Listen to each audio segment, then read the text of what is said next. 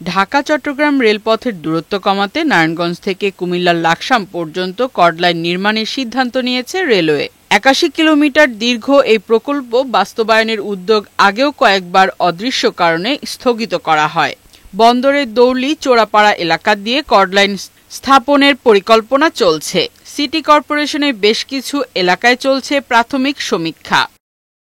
ঘনবসতিপূর্ণ এলাকা দিয়ে রেলের কর্ডলাইন নির্মাণ করলে ক্ষতির মুখে পড়ার আশঙ্কা স্থানীয়দের। খাস জমি কিংবা খালি কোনো জায়গা দিয়ে এই লাইন নির্মাণের দাবি তাদের। বাপদাদার ভিটাবাটি না নেয়, তারা অন্য জায়গাটা নেয়। নাগরিক সুবিধার কথা চিন্তা করে মানুষের ক্ষয়ক্ষতি রক্ষা যাতে না হয়, ক্ষয়ক্ষতি যাতে না হয় সেই বিবেচনা করে আপনারা অবশ্যই উন্নয়ন কর্মকাণ্ড করবেন। শত শত লোক এখানে এই চাকরি করে কাজ করে তাদের পেট চলে। তবে সার্ভে করায় জড়িত কর্মকর্তারা বলছেন ক্ষয়ক্ষতির পরিমাণ নির্ধারণের জন্যই প্রাথমিক সমীক্ষার কাজ চলছে।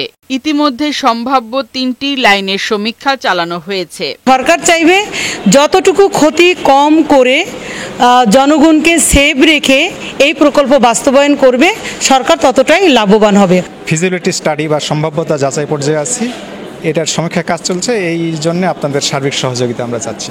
ঢাকা চট্টগ্রাম মহাসড়কের পাশ দিয়ে রেলের এই কর্ডলাইন নিলে খরচ ও দুর্নীতি দুটোই কমবে বলে অভিমত অভিজ্ঞ মহলের।